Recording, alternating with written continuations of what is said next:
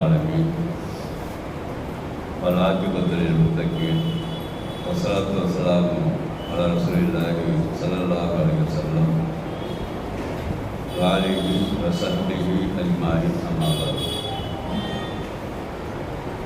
கண்ணியமிக்க எல்லாம் அல்ல அல்லாஹ் சுப்ஹானஹு வ தஆலாவின் நல்லடியார்களே, சகோதரர்களே, அல்லாஹ்வுடைய கிருபையால் நம்முடைய அப்சான் மஸ்ஜிதில்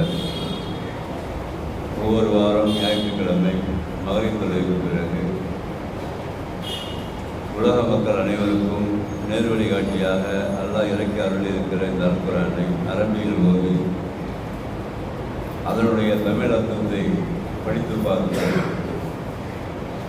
அதன் மூலமாக கிடைக்கிற அறிவை நாம் பெற்றுக்கொண்டு அந்த அடிப்படையில் வாழ்வதற்காக நாம் எல்லாம் முயற்சி செய்து வருகிறோம். இதற்காக வேண்டி அதிகமாக நாம் துவா செய்து கொண்டே இருக்க வேண்டும். சூரத்துல் ஆராஃபுடைய 51 வசனங்களை நாம் கடந்த காலங்களில் பார்த்திருக்கிறோம். அதன் மூலமாக அதிகமான அறிவை பெற்றிருக்கிறோம். இன்றைக்கு பார்க்க இருக்கிற வசனம் 52வது வசனம். அவுது பில்லாஹி மினஷ் ஷைத்தானிர் ரஜீம். வலக்கத் ஜிஅனாஹும் பிகிதாபின். நாம் அவர்களிடத்தில் இந்த வேதத்தை கொண்டு வந்தோம். அல்லாஹ் சுப்ஹானஹு வ தஆலா இந்த குர்ஆனை பற்றி இங்கே பேசுகிறான். எப்பயுமே சூறாக்களை நீங்கள் கொஞ்சம் ஆழமாக படித்தால் ஒரு 10 வசனத்துக்கு ஒரு முறை இந்த குர்ஆனை பற்றி எல்லாம் பேச ஆரம்பித்து விடுவோம். அதுக்கு பிறகு வேறு செஞ்சுட்டு வந்துடும், மாறி மாறி வரும். குறிப்பாக குர்ஆனை பற்றி அதிகமாக எல்லாம் பேசிக்கொண்டே இருப்பார். ஏனென்று சொன்னால் குர்ஆன் தான் நம்முடைய வாழ்க்கை வழிகாட்டுதலாக இருக்கின்ற காரணத்தினால அல் குர்ஆனை பொறுத்த வரைக்கும் எப்போ பார்த்தாலும் அதை திக்ர் என்று பதிவு செய்கிறான். எப்படி சுபானல்லாஹ் அல்ஹம்துலில்லாஹ் அல்லாஹ் சொல்லுவோம் இல்லையா, சொல்றோம்ல, அதே மாதிரி குர்ஆனை ஓதி படிக்கிற அந்த நேரம் முழுவதுமே திக்ர் செய்த நன்மையாக ஆகிவிடும். திக்ர் என்று அல்லாஹ் பதிவு செய்கிறான். அந்த குர்ஆனுடைய பேரை பற்றி சொல்லப்படுது. இன்னா நஸல்னா திக்ர என்று அல்லாஹ் பதிவு செய்கிறான். நாம் தான் இந்த திக்ரை இறக்கி இருக்கிறோம். அதை ஓதி படித்து விளக்கி கொண்டே இருக்க வேண்டும் என்று அர்த்தம். அதை அல்லாஹ் பதிவு செய்கிறான். வழக்கத்தை ஜீனாவும் பிகிதாபி. நான் இவங்ககிட்ட வேதத்தை கொண்டாந்து கொடுத்தேன். பஸ்ஸல்னாவும் அதான் இருக்கு. நீங்கள் தான் முக்கியமான வார்த்தையெல்லாம் பதிவு செய்யணும். ஏதோ ஒன்றும் ஒரு மனவைத்தனமான வார்த்தைகள்லாம் உள்ள இருக்காது. அதான் இருப்பின் என்று சொன்னால் அறிவுபூர்வமாக சிந்தித்து பார்த்தால் முழுமையான அறிவை பெறக்கூடிய அளவிற்கு நாம் தெளிவாக விளக்கி இருக்கிறோம். இந்த குர்ஆனில் முழுமையான அறிவு இல்மு என்ற வார்த்தைகிறது. முழுமையான ஞானம் என்ற அர்த்தம் இருக்கிறது, அறிவு என்ற அர்த்தம் இருக்கிறது. அப்போ சிந்தித்து பார்த்து நன்றாக விளக்குகிற அளவிற்கு உள்ள அறிவின் மூலமாக இதை நாம் விளக்கமாக ஆக்கியிருக்கிறோம். பஸ்ஸன்னா என்று சொன்னால் பிரித்து கொடுத்துருக்கிறோம். எந்த விஷயத்தை நீங்கள் அங்கே தெரிந்து கொள்ள புறப்பட்டாலும் மிக நுட்பமான அறிவை கொண்டு பிரித்து அறிவித்திருக்கிறோம், விளக்கி இருக்கிறோம். புதன் அது எப்படி இருக்குது? நேர்வழியாக இருக்கிறது.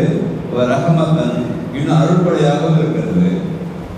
யாருக்கு அப்படி நேர்வழியாக அருள்படையாக இருக்கிறது சொல்லும் பொழுது கௌமியும் மீனோன், யாரார் என்ன நம்பிக்கை கொண்டு சமுதாயத்தில் உலகம் முழுவதும் இருப்பாங்க. உலகம் முழுவதும் இந்த சமுதாயத்தில் யார் நம்பிக்கை கொண்டு அறிவுபூர்வமாக விளக்கி இந்த குர்ஆனை அல்லாஹ் சொன்ன மாதிரி யார் அணுகுகிறார்களோ அவங்களுக்கு என்ன இருக்கிறது? நேர்வழி இருக்கிறது. அது மாத்திரம் இல்லாமல் அருட்படை வேறு இதுக்குள்ள இருக்கிறது என்று சொல்லி இந்த குர்ஆனை பற்றி தெளிவாக அல்லாஹ் சொல்லிவிட்டு பின்னாடி ஒரு கேள்வியை எல்லாம் போடுகிறோம். இந்த வசனத்துக்கு அடுத்த வசனத்தில் அதுக்கு எந்த ஒரு குண இல்லா தாவீலவும் அவங்க எல்லாம் எதிர்பார்க்கிறார்களா? இந்த குர்ஆனை படிக்கும் போதும் படிக்கும் போதும் அதில் இந்த உலகம் அழிஞ்சிடும், இந்த வானங்கள்லாம் சுட்டப்படும், பூமி சுக்குநராக ஆகிவிடும், அலைகள் பஞ்சு போல் ஆகிவிடும், இப்படி எல்லாம் பதிவுறாங்க. அந்த சொல்லுற அந்த விஷயத்தை படித்து விட்டு அன்றைக்கு இருந்த மக்களுக்கு என்ன பண்ணா அவங்களுக்கு புரியல.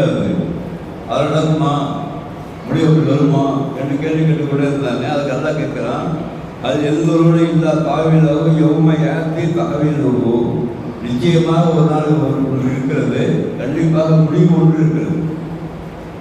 அல்லாஹ்வுடைய இந்த படைப்புடைய வழிமுறை என்னன்னு சொன்னாக்கா, படைப்புக்கு எல்லா படைப்புக்குமே முடிவுரை ஒன்று இருக்கிறது. முடிவு இல்லாத படைப்பை அல்லாஹ் படைக்கவே இல்லை. அல்லாஹ் பல இடங்களில் பதிவு செய்கிறான். இறுதி கட்டத்தில் அல்லாஹ் மாத்திரமே தனி ஒருவனாக இருப்பான். அவனால் படைக்கப்பட்ட எல்லாமே குள்ளுமன் அலைகாப்பான், ஒரே வார்த்தையெல்லாம் முடிச்சுக்கலாம். எல்லாமே அழியக்கூடியதுதான். எவ்வளோ வஜுகரத்துக்கு துருவிராஜ் இருக்கிறான். கண்ணியமும் சிறப்புடைய அல்லாஹ்வுடைய அந்த முகம் மாத்திரமே பாக்கி இருக்கும், பாக்கி எல்லாமே அழிந்து விடும் என்று அல்லாஹ் பதிவு செய்துவிட்டு இதை எதிர்பார்த்துக்கிட்டே இருக்காங்களா அவனு கேட்கிறான். அப்படி எதிர்பார்க்கிற நாள் கண்டிப்பாக வரும்னு சொல்லிட்டு அந்த எதிர்பார்க்கிற நாள் வரும்போது அந்த மருத்துவர் என்ன பேசிக்கிட்டு இருப்பாங்க சத்தியத்தை திருப்பி அல்லாஹ் பதிவு செய்கிறான். எப்பொழுது நசுவோ, இந்த நாளை யாரெல்லாம் மறந்து விட்டு தொடர்ந்து வாழ்ந்தார்களோ, மறுமை நாள் ஒன்று இருக்கிறது, மொத்தம் அழிய போகிறது. அழிய போகிற அந்த நாளை யாரெல்லாம் மறந்து விட்டு இருக்காங்களோ அவங்க என்ன சொல்லுவாங்கன்னாக்கா,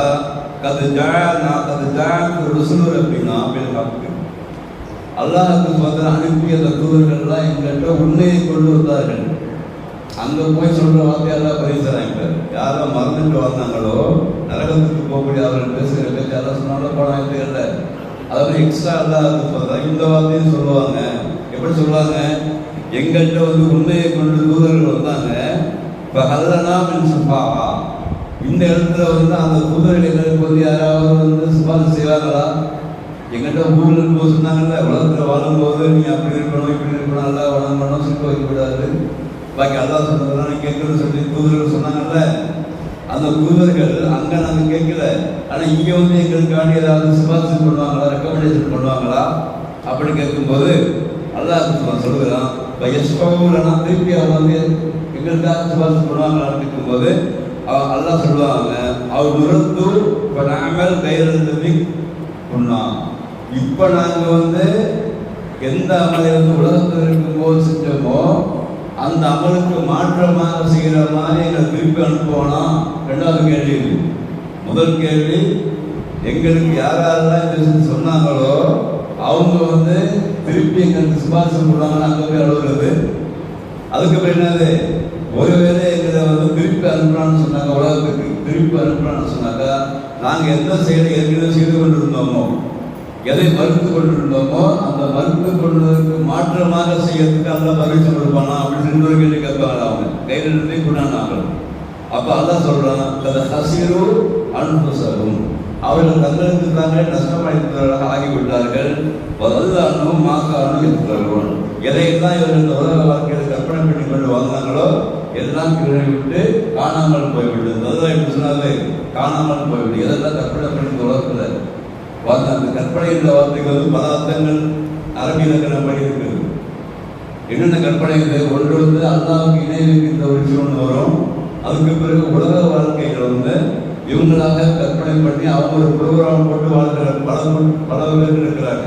இந்த உலக வாழ்க்கை பயன்படுத்துகிற முறையில் அவங்கள கற்பனை பண்ணி வைக்கிறது, ப்ரோக்ராம் போட்டு வாழ்கிறது. இப்படி ஆயிடுவேன், அப்படி ஆயிடுவேன், அது அப்படியா இது அப்படியான்னு சொல்லி. அப்போ அல்லாஹ் என்ன சொல்கிறான், பல இடங்களில் நீ வந்து எந்த விஷயத்தையும் கற்பனை பண்ணக்கூடாது. ஒன்று அல்லாஹ்வுக்கு இணை வைக்கக்கூடாதுங்கிற கருத்து ஒன்று, அல்லாஹை பார்க்காமல் அல்லாஹ்வுக்கு கற்பனை பண்ணுற விஷயம் மெயின் சப்ஜெக்ட் இருக்கு. அதுக்கப்புறம் வேறுபாடுகள் எல்லாம் சொல்கிறான்.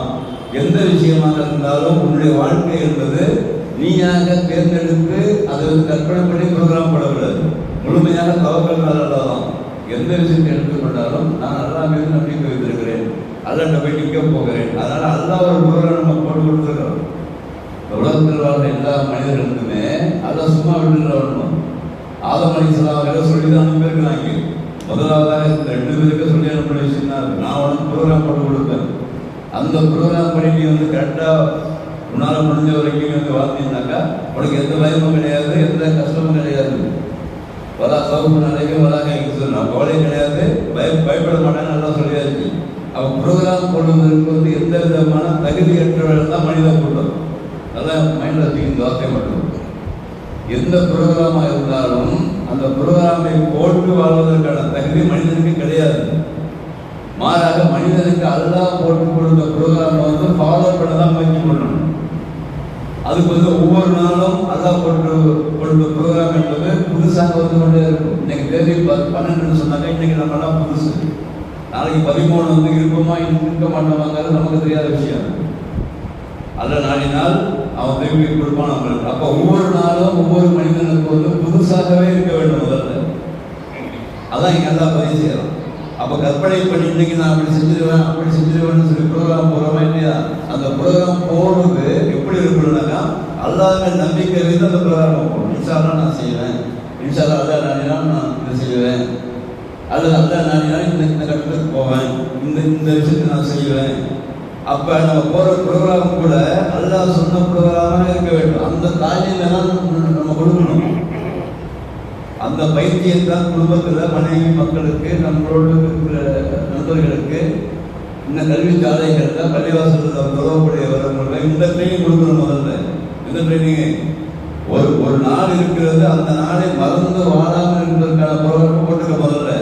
அதுக்கு பிறகு நீ வந்து கற்பனை பண்ணு உன் வாழ்க்கை. எதை கற்பனை பண்ணுவ? கற்பனை பண்ணி சட்டாவாதாங்க. அதான் நம்ம குழம்போதான் நல்லா பதிவு செய்யும். இவன் எதையெல்லாம் கற்பனை பண்ணிட்டு உட்கார்ந்தாலும் என்ன காண போயிடுறாங்க. இங்கே விட்டு போயிடுவோம் பல விஷயங்கள். நம்ம இங்கே விட்டு போகிற விஷயங்கள் கூட யார் விட்டு போகிறோமோ அவங்க தான் பிடிக்கப்படுவார்கள். அது ஒரு நல்லது. இங்கே வந்து அல்லாவுடைய பேச்சு கேட்காம, அல்லாஹ் சொன்ன கடமைகளை கேட்காம, தூதருடைய வழிமுறை பின்பற்றாம போகிற டைத்துக்கு அதை செலவு பண்ணி மைண்ட் செலவு பண்ணி எவ்வளோ கஷ்டப்பட்டு சேர்த்து கூட அதை கூட வந்து இவனுக்கு பலனளிக்குமா? அங்கே போட அது கிடையாது. இங்கே எவ்வளோ யூஸ் பண்ணிட்டு போயிட்டே இருப்போம். ஈஸியாக அவனுக்கு மனைவி பிள்ளைகளுக்கெல்லாம் ஈஸி. அதான் சேர்த்து ரெண்டும் அவன் பாட்டுக்கு ஒழுங்காக இருக்க மாட்டான். இன்னொன்று ஒழுங்காக இருக்கிற பிள்ளைகள் இருக்கிறாங்க, இல்லை மாஷா எல்லாரும் சொல்லலை. அப்போ நம்ம வந்து இந்த உலக வாழ்க்கையை பொறுத்த வரைக்கும் அல்லாஹ் தருகிற அடிப்படைகள், அல்லாஹ் தருகிற விஷயங்கள், இவைகள் எல்லாம் வந்து சரியான முறையில் அல்லாஹ் சொன்ன மாதிரி பயன்படுத்த ஆரம்பித்து விட்டோம் என்று சொன்னால் அது கற்பனையில் வராது. அது எல்லாமே அல்லாஹ் சொல்லியிருக்கிறான், நான் செய்கிறேன், நான் உழைக்கிறேன் என்று சொன்னால் அல்லாஹ் எனக்கு வந்து பலத்தை கொடுத்திருக்கிறான். அந்த உழைப்பின் மூலமாக ஒரு பொருளாதாரம் வருகிறது என்று சொன்னால் அல்லாஹ் எனக்கு கொடுத்திருக்கிறான். பொருளாதாரத்தை தேடுவது ரொம்ப இல்லை, ஆனால் என்னுடைய முயற்சி கொண்டு பெருகிற என்ன முதல்ல வந்துடும் நம்மளுக்கு. அதுதான் எனக்கு தந்திருக்கிறான், பலத்தை கொடுத்தான், அறிவை கொடுத்தான், நான் செஞ்சுருக்கேன். அதான் பல வரலாறுகள் எல்லாம் பதிவு செய்கிறான். எந்த உலகத்தில் நல்லா அழித்தானோ அதெல்லாம் பேசுறது ஒரு சப்ஜெக்ட் எல்லாம் தெளிவாக சொல்லிடுவான். இவன் அறிவை கொண்டு வந்து இந்த பொருளாதாரம் சொன்ன காமானா இருக்கிறான்னு சொல்லி எல்லாம் பேச காமான் ஒரு பொருத்தன் அறிவை கொண்டு செல்வம் சொல்லுவானா. ஆனால் அறிவை கொண்டு ஒன்றும் கிடையாது. அல்லாஹ் இந்த அறிவை கொண்டு அல்லாஹ் நமக்கு தந்த அருட்படையை கொண்டு நான் இதை செய்கிறேன்.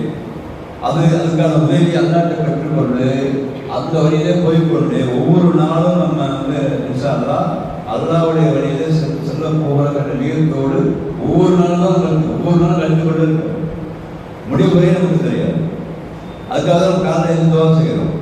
வீட்டில் உட்காந்துட்டு அல்ஹம்துலில்லாஹி அஹ்யானா பாதாமா அமாத்தனா உங்களும் மொத்த இஸ்லாத்துடைய கொள்கையை அந்த 3 நிலையில் வந்துருக்கு. துவாடு ஃபஸ்ட்டு துவாடி காலையில் உட்காந்து பெட்டு மேலே உட்காந்து அல்ஹம்துலில்லாஹி அஹ்யானா பாதாமா அமாத்தனா இலைன்னு சொல்லணும்னு சொன்னாக்கா அல்லாஹ் தான் எனக்கு உயிர் கொடுத்துருக்குறான். நான் வந்து மௌத்தாய் கிடந்தேன் தூங்கும் போது.